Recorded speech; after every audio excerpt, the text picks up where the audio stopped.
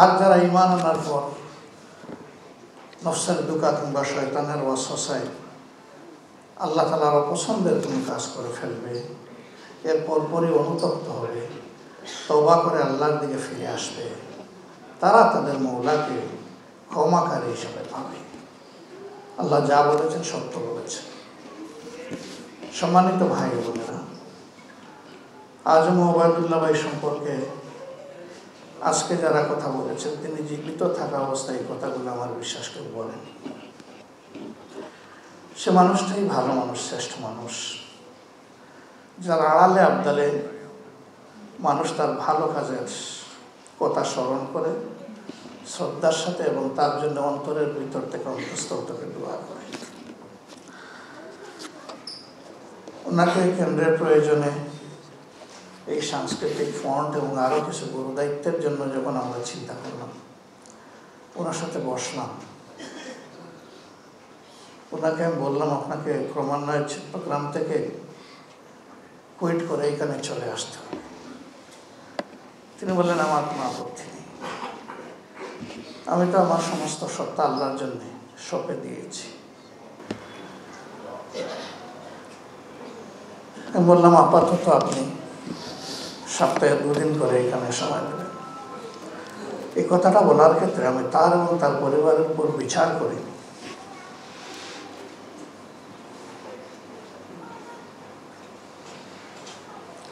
পাঁচ দিন তার পেশাগত এবং সাংগঠনিক দায়িত্ব পালন করার পর 2 দিন তার পরিবারের পাওনা ছিল, এইটুকু তিনি আমাদেরকে দিয়ে দিন। যখনই প্রয়োজন হতো বলতাম যে আগামী অমুক তারিখে আপনাকে অমুক দেশে এতটুকুন সময়ের জন্য যেতে হবে। কখনো একটিবারের জন্য বলেন আমার তো অন্য একটা অ্যাসাইনমেন্ট আছে। কাবিলতু একমাত্র ব্যক্তি যাদেরকে আমি বিদেশে পাঠিয়েছি, ফিরে এসে তার সফরের একটা ব্রিফ রিপোর্ট লিখিত আমাকে দিতেন।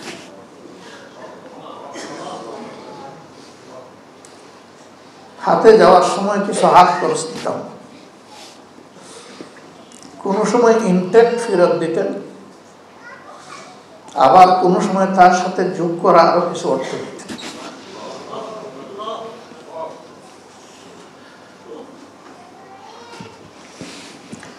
আমি জিজ্ঞেস করতাম যে আপনাকে দেওয়া হয়েছে তো বাকিটা করতে গিয়ে আসলো।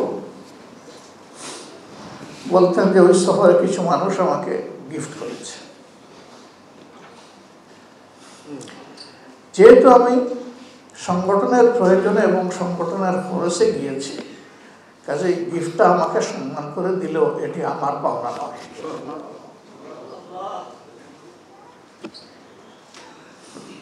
হে আল্লাহ, তোমার এই গোলামকে শান্তি এবং বিরাম দিতে পারি নাই। অবিরাম চলে একজন নীরব সহকর্মী, সমস্ত বিশ্রামের ঘাটতি আল্লাহ এখন তুমি তারা পূরণ করে দাও। পরম প্রশান্তিতে এবং বিশ্রামে তাহলে তুমি তোমার জান্নাতের বাগিচা এখন রাখো।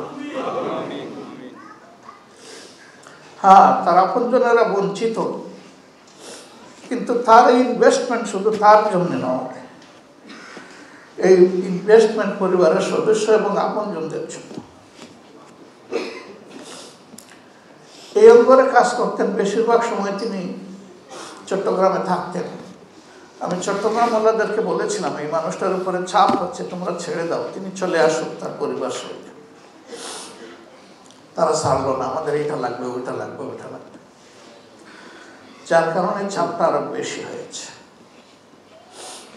চট্টগ্রামে থাকা অবস্থায় এই অঙ্গনের সাধারণ একজন সংস্কৃতি কর্মী, একজন শিল্পী, একজন সাহিত্যিক, একজন কবি, একজন প্রবন্ধকার হয়তো বা অসুস্থ হয়েছে। তিনি ওখান থেকে অ্যাটেনশন ড্র করে অত্যন্ত মায়াবী কণ্ঠে বলতেন, আমির জামাত আপনি কি একবার যাবেন? লোকটাকে দেখে আসলে উনি প্রশান্তি পাবেন। আমার মনে হতো তিনি যেখানেই থাকেন তিনি তার সহকর্মীদেরকে পুরোপুরি তার অন্তরের বিছানায় ধরে রাখতেন। আমরাও দায়িত্ব পালন করি। আমি তো পারি না, যদিও পারা উচিত। তার ইন্তেকালের সাথে সাথে খুঁজছি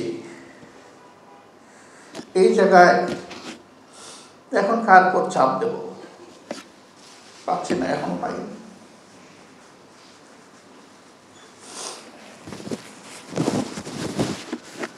আল্লাহর কাছে আওয়াজ করি, আল্লাহ যেন এটাও পূরণ করে দেন।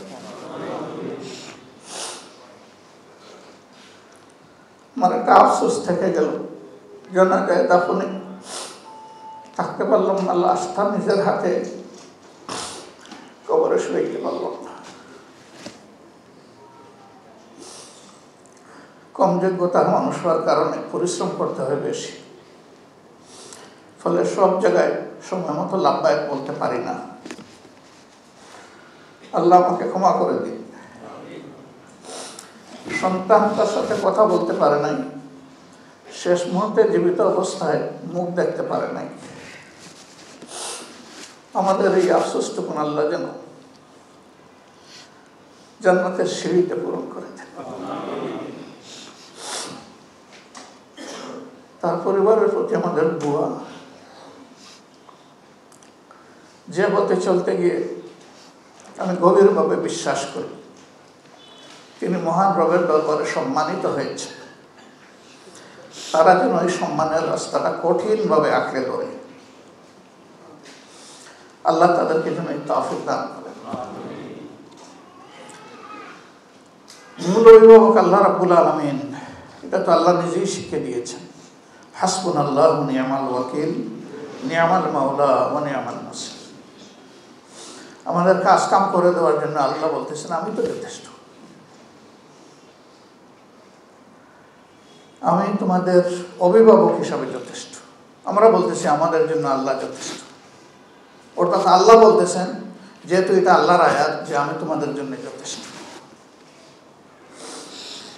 আমরা কেউ যেন এটা মনে না করি যে এখন এই সাহায্যটা কে করবে। আল্লাহ এরপরেটা বলতেছেন ওয়া নি'মান নাসির, তিনি তো তোমাদের জন্য উত্তম সাহায্যকারী।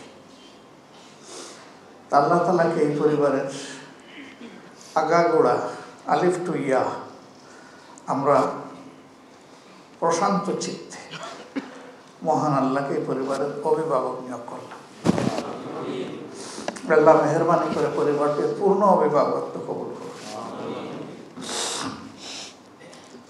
আমরা যারা তার সহকর্মীবৃন্দ, তার জীবনের